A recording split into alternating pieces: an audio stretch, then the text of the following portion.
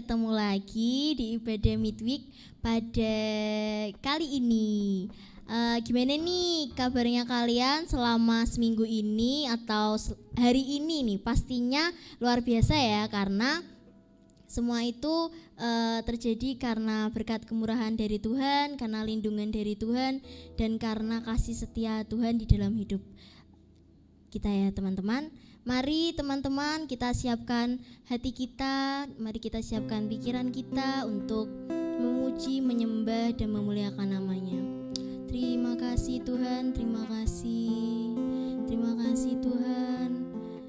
Terima kasih Engkau telah mengumpulkan kami ya Tuhan di ibadah midweek kali ini ya Tuhan.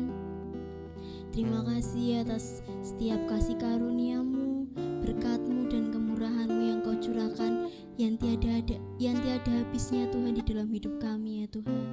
Terima kasih Tuhan.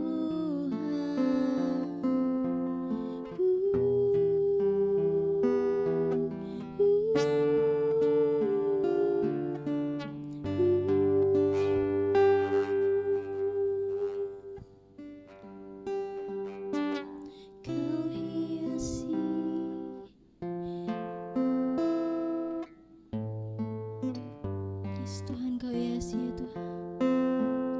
Kau rancangkan masa depanku penuh dengan harapan.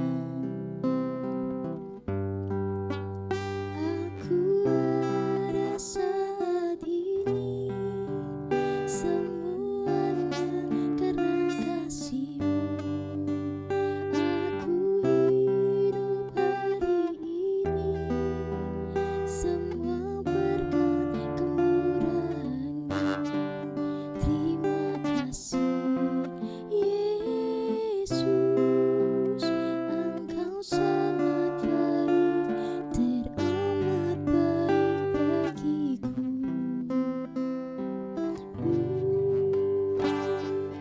Kau hiasi kehidupanku dengan kemurahan-Mu. Kau rancangkan masa depanku penuh dengan harapan. Aku ada saat ini semuanya karena kasih-Mu. Aku hidup hari ini semua berkat kemurahan-Mu.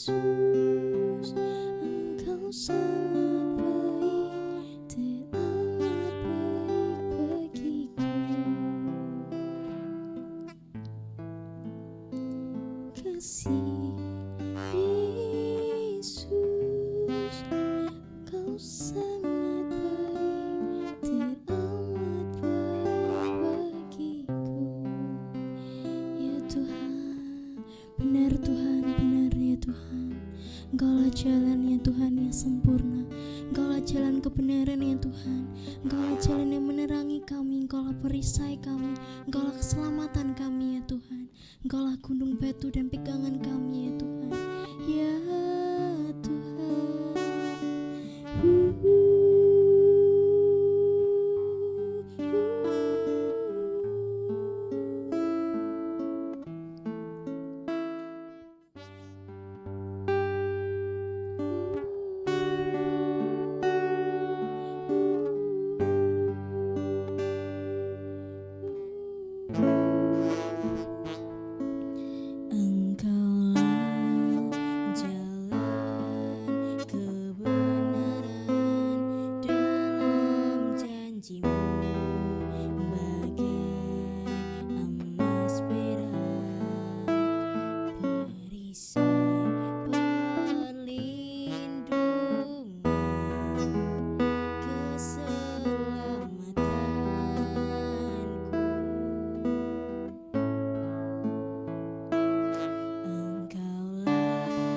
Jalan kebenaran dalam kasih-Mu, ada kehidupan, penolong yang setia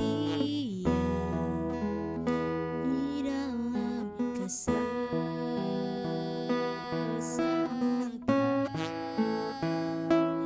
bagaikan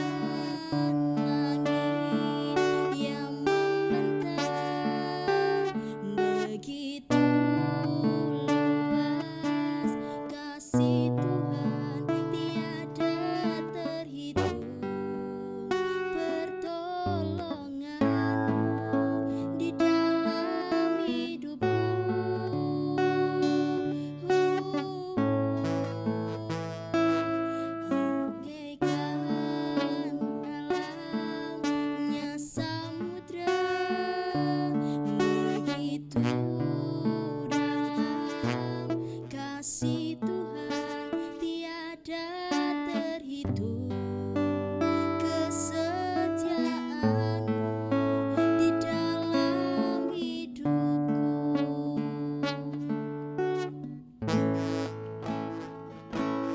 Engkaulah jalan yang sempurna, janji-Mu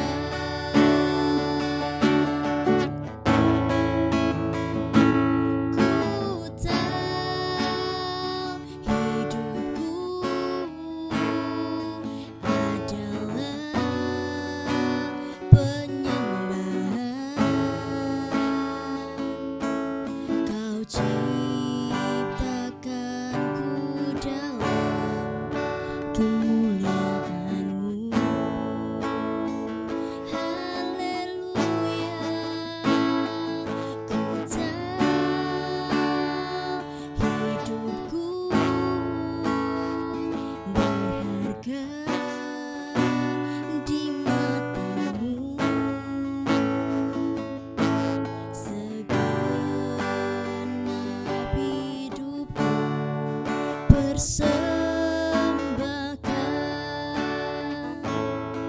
segenap hidupku, persembahkan segenap hidupku, persembahkan ya Tuhan. Terima kasih Tuhan.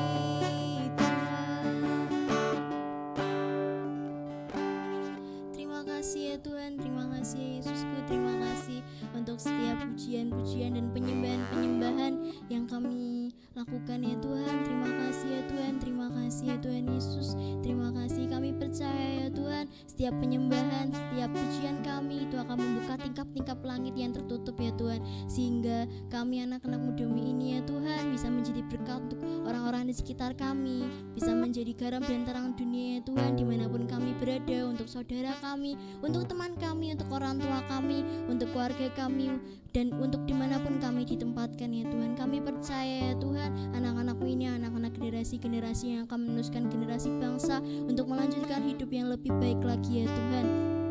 Youteens ini adalah anak-anakmu yang hidup ya Tuhan, anak-anakmu yang akan menjadi penerus, akan menjadi garam dan terang dunia, dan akan menjadi berkat untuk orang-orang sekitarnya ya Tuhan. Terima kasih ya Tuhan, terima kasih. Sebentar kami akan mendengarkan firman-Mu ya Tuhan. Kiranya apa yang disampaikan dapat merema dalam hidup kami, setiap anak muda ini ya Tuhan, dan dapat kami lakukan dalam kehidupan kami masing-masing, sehingga kami bisa menjadi berkat satu dengan yang lain ya Tuhan, sehingga apa yang di dalam hidup kami ini bisa menjadi kesaksian ya Tuhan, bisa menjadi anggur yang manis untuk-Mu ya Tuhan. Terima kasih ya Tuhan, terima kasih ya Tuhan Yesus, di dalam nama Tuhan Yesus. Haleluya, amin. Shalom guys, ya malam ini kita kembali belajar kebenaran firman Tuhan. Ya, temanya malam hari ini sungguh luar biasa ya. Kita diberi tema mengelola berkat. Ya, tetapi sebelumnya kita harus mengerti gitu ya. Kalau kita berbicara berkat, apa yang kita pikirkan? Saya yakin dan percaya kalau kita berkata berkat, tentunya lebih gampang semua diukur dengan materi ya. Jadi artinya kalau misalnya kita mendapatkan penghasilan lebih, kita akan berkata bahwa puji Tuhan, saya diberkati gitu. Tetapi kalau ketika kita tidak mendapatkan penghasilan lebih, apakah kita juga masih bisa berkata bahwa saya diberkati? Atau kalau kita sekarang bagian anak muda nih ya, bisa juga berkata bahwa ketika kita berdoa, kita mau ulangan, kita atau ujian, kita berdoa supaya kita mendapat nilai yang bagus gitu. Dan ketika kita mendapat nilai yang bagus, tentu kita akan ngomong juga bahwa puji Tuhan, wah saya diberkati, nilai saya bagus gitu. Tetapi kalau sekali lagi ketika kita mendapatkan nilai yang atau kurang bagus, apakah kita juga masih bisa berkata bahwa saya diberkati? Ya. Yang kemudian adalah kata-kata mengelola ya. Kalau kita dengar kata-kata mengelola, tentunya ada sesuatu yang harus dikelola ya. Kalau kita tidak punya sesuatu itu bukan mengelola namanya, tetapi mimpi gitu ya. Tapi kita harus dapatkan sesuatu. Apa itu sesuatu? Ya. Kalau dikatakan kita mengelola berkat, kita harus tahu dulu nih. Apa itu berkat?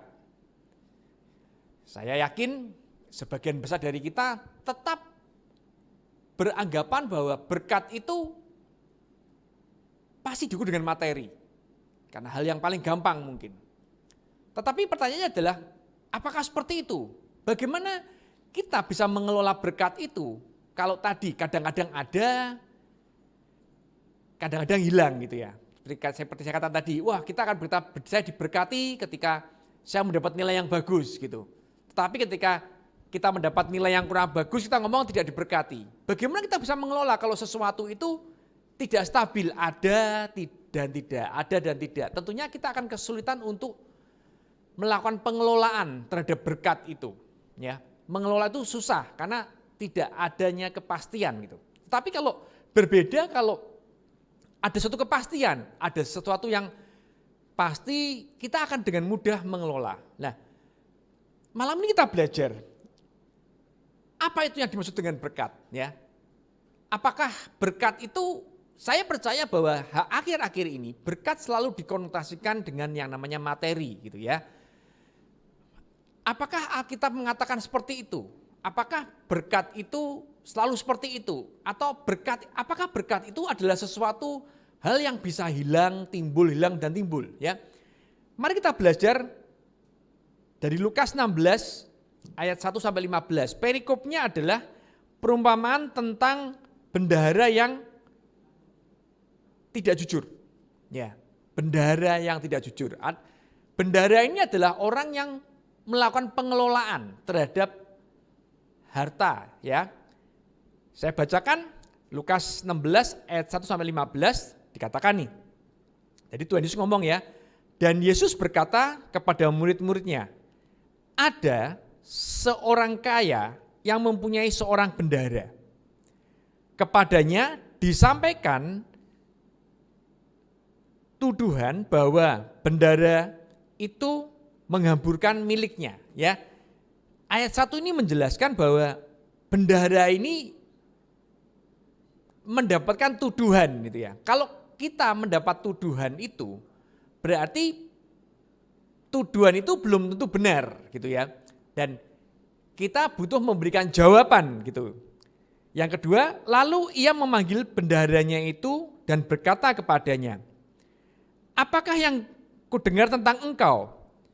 Berilah pertanggungjawaban atas urusanmu, sebab engkau tidak boleh lagi bekerja sebagai bendahara. Jadi tuannya ini minta klarifikasi gitu ya, bendahara apakah memang benar bendahara ini menghamburkan hartanya gitu. Yang ketiga, kata bendahara itu dalam hatinya ya. Jadi ketika bendahara ini mendapatkan tuduhan gitu, dia mulai merancangkan sesuatu ini gitu ya. Ketiga, kata bendahara itu kepada Tuhan dalam hatinya, apakah yang harus aku perbuat? Tuanku memecat aku dari jabatanku, sehingga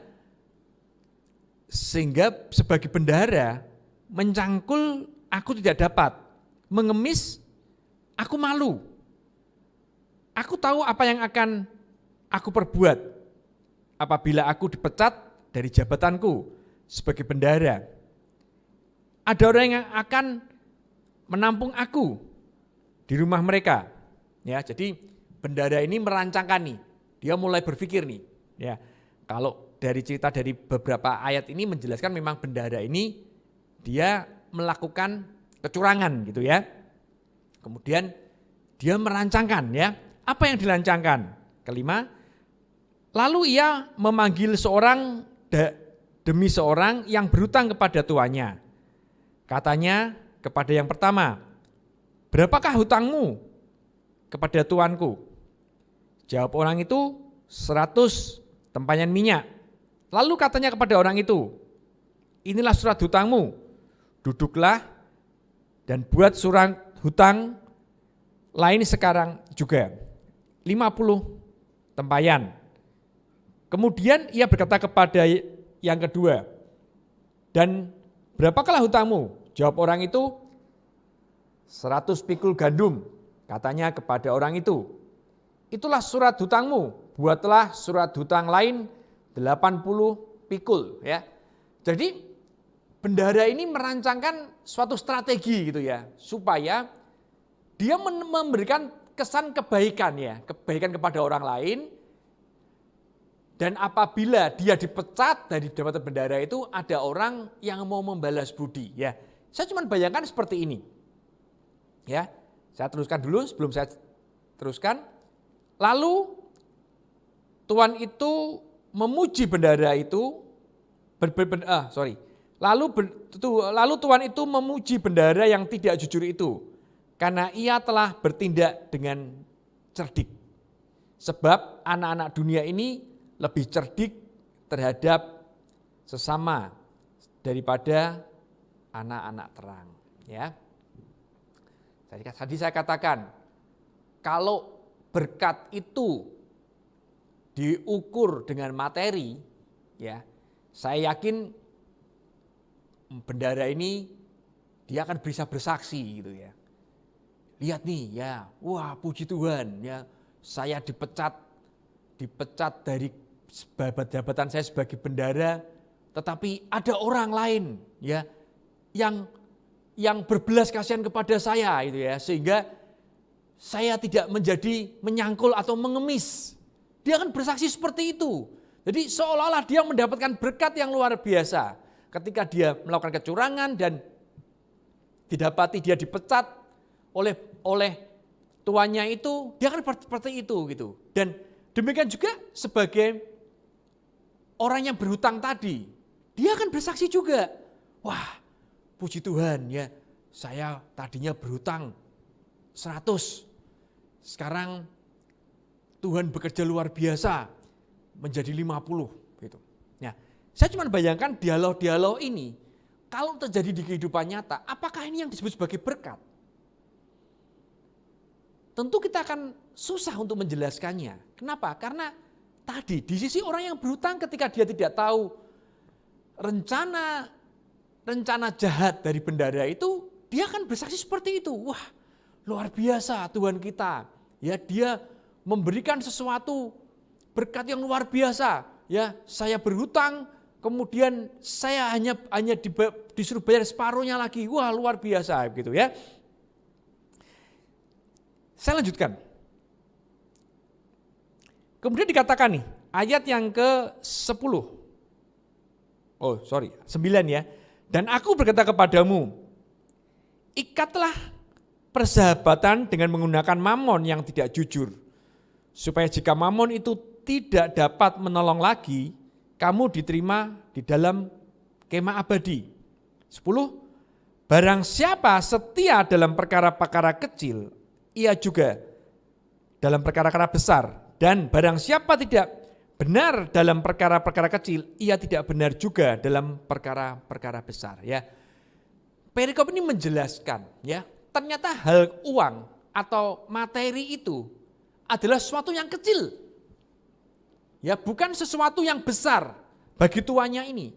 Ya, dengan kata lain, materi itu tidak menjadi sesuatu yang terlalu besar bagi Tuhan gitu ya. Artinya kalau malam hari ini kita masih berpikir bahwa berkat itu diukur hanya dengan materi, kita patut pertimbangkan kembali ya. Karena berkat itu tidak berbicara masalah materi ya. Sama tadi ketika kita mungkin pelajar gitu. Lagi sesuatu berkat itu adalah sesuatu yang bisa hilang datang, bukan itu ya. Tetapi jauh lebih daripada itu ya. Dikatakan di sini,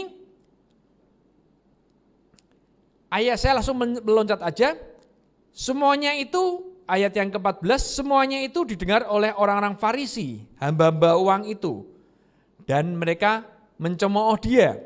Yang ke-15, lalu ia berkata kepada mereka, kamu membenarkan diri di depan orang, tetapi Allah mengetahui hatimu, sebab apa yang dikagumi manusia ditentang oleh Allah. Ya, jadi di ayat ini sudah memberi kesimpulan gitu ya. Berkat yang hakiki itu adalah masalah hati sebetulnya, bukan berbicara masalah materi atau apapun. Ya, artinya bagaimana kita itu bisa mengelola hati kita. Ya, jadi lalu apa yang dikatakan mengenai hati? Dikatakan sebagai berkat, ya. Kita buka di Yeremia 17 ayat 7 sampai 8. Ya, saya bacakan. Diberkatilah orang yang mengandalkan Tuhan, ya. Diberkatilah orang yang mengandalkan Tuhan, yang menaruh harapannya pada Tuhan. Ia akan seperti pohon yang ditanam di tepi air, yang merambatkan akar-akarnya ke tepi batang air, dan yang tidak mengalami datangnya panas terik, yang daunnya tetap hijau, yang tidak khawatir dalam tahun kering, dan yang tidak berhenti menghasilkan buah. Ya, dikatakan, diberkatilah ya. Kalau saya ambil di dalam terjemahan versi saya pakai di Amplified Bible ya. Saya selalu membandingkan supaya mengerti maknanya ya. Apa itu ya? Di Amplified dikatakan sebagai most blessed. Jadi yang paling diberkati ya, siapa orang yang paling diberkati? Ya, kalau kita mau diberkati adalah dikatakan di sini adalah orang yang mengandalkan Tuhan. Ya. Di Amplified Bible mengatakan bahwa siapa itu yang paling diberkati? Yaitu orang yang believes in dan trust in, ya. Sudah believe, trust, ya. Artinya kalau kita kata-kata believe itu ditranslate ya diberkat percaya gitu ya. Trust juga percaya gitu. Tapi apa yang membedakan ya? Belief adalah menunjukkan kepercayaan akan kebenaran sesuatu. Itu berkata masalah belief ya. Kalau trust adalah menunjukkan kepercayaan akan kemampuan sesuatu atau seseorang ya. Jadi dijelaskan bahwa diberkati itu adalah orang yang mengandalkan Tuhan itu adalah yang percaya dan yakin ya, percaya dan yakin akan Tuhan gitu. Itu adalah kuncinya gitu. Jadi bagaimana kita sebagai orang percaya yakin 100% dan percaya kepada Tuhan. Ya. Yang menaruh harapannya pada Tuhan. Ya, dikatakan apa yang diharapkan ya. Ini juga dikatakan bahwa dia mengatakan bahwa yang dimaksud dengan harapan ini adalah hope dan confidence ya. Confidence adalah kita menunjukkan adalah kepercayaan. Hope itu sesuatu yang kita inginkan ya, hope. Saya menginginkan sesuatu, tapi hope itu berbicara masalah ya kalau saya dapat ya puji Tuhan, kalau tidak ya enggak apa-apa gitu. Itu bicara hope, harapan. Saya berharap. Misalnya saya berharap ranking 1 gitu ya. Kalau saya dapat ranking 1 ya puji Tuhan, kalau tidak ya puji Tuhan. Itu bicara hope gitu ya. Tetapi di Yeremia ini bukan seperti itu. Jadi dikatakan sebagai hope dan confident ya. Artinya tidak hanya sekedar ada keyakinan, tetapi ada sesuatu kepercayaan bahwa saya bisa mendapatkan itu. Hope dan confidence ya. Itulah yang dikatakan bahwa jadi tadi dikatakan bahwa kita benar-benar percaya kepada Tuhan dan memang benar-benar yakin bahwa Tuhan itu sumber pengharapan. Itulah yang dikatakan sebagai berkat. Ya. Sehingga dikatakan di sini, ya kata-kata berkat ini kalau kita baca ayat berikutnya, ia akan seperti pohon yang ditanam di tepi air, yang merambatkan akar-akarnya ke tepi batang air, dan yang tidak mengalami datangnya panas terik, yang daunnya tetap hijau, yang tidak khawatir dalam tahun kering, dan yang tidak berhenti menghasilkan buah. Dikatakan di sini tidak khawatir dalam tahun kering ya. Artinya bahwa situasinya itu bisa mengalami sesuatu yang ketidaknyamanan ya, ketidakenaan gitu ya. Sesuatu yang tadi saya katakan naik turunnya tadi, sesuatu peristiwa yang mungkin tadi ketika misalnya kita ulangan gitu ya, atau tes, ternyata kita mendapat nilai yang tidak bagus ya. Itu kan ada sesuatu yang membuat kita sedih, akhirnya kondisinya turun dan sebagainya. Ya, yang menarik adalah di sini dikatakan bahwa dia tidak akan menjadi tidak melihat dan tidak takut ya. Artinya situasi apapun yang memang itu tidak mengenakan, tidak menjadi masalah ya. Tetap ketika kita yakin dan percaya kepada Tuhan, menaruh pengharapan kepada Tuhan, ya, yang dikatakan sebagai berkat tadi, karena Allah adalah sumber berkat, Tuhan kita adalah sumber berkat. Maka dalam situasi apapun itu tidak menjadi masalah bagi kita. Ya, situasi yang mungkin membuat kita sedih, membuat kita kecewa, membuat kita takut atau apapun itu tidak akan menjadi pengaruh. Kenapa? Karena kita berharap. Ya, artinya di sini yang saya menjadi kesimpulan adalah apa yang kita kelola sebenarnya dari berkat itu. Ya tadi hati kita. Kenapa? Karena Tuhan itu sudah memeteraikan Roh Kudus-Nya di setiap hati orang percaya, ya, dimeteraikan. Nah, tinggal kita bagaimana kita mengelola hati kita. Apakah kita mau menekan Roh Kudus itu, mengejar apa yang menjadi kesukaan kita, ya, sehingga tergantung musimnya ini ya. Ketika ada sesuatu hal yang tidak mengenakan, yang membuat kita kecewa, akhirnya kita ikut kecewa. Ya, sesuatu apa yang kita harapkan tidak terjadi dalam kehidupan kita menjadi kecewa. Atau kita akan terus bersuka, ya. Karena Tuhan kita itu adalah Tuhan yang luar biasa. Tuhan menghendaki kita tetap tenang, percaya, dan penuh dengan sukacita. Dalam situasi apapun, dalam kondisi apapun, Tuhan menghendaki kita sukacita. Nah, ketika kita bisa mendapatkan itu, maka itulah yang dikatakan sebagai berkat. Jadi malam hari ini saya mau menekankan kalau pandangan kita mengenai berkat itu adalah sesuatu materi yang bisa kita kejar, itu adalah salah. Kenapa? Karena materi itu sangat relatif, ya.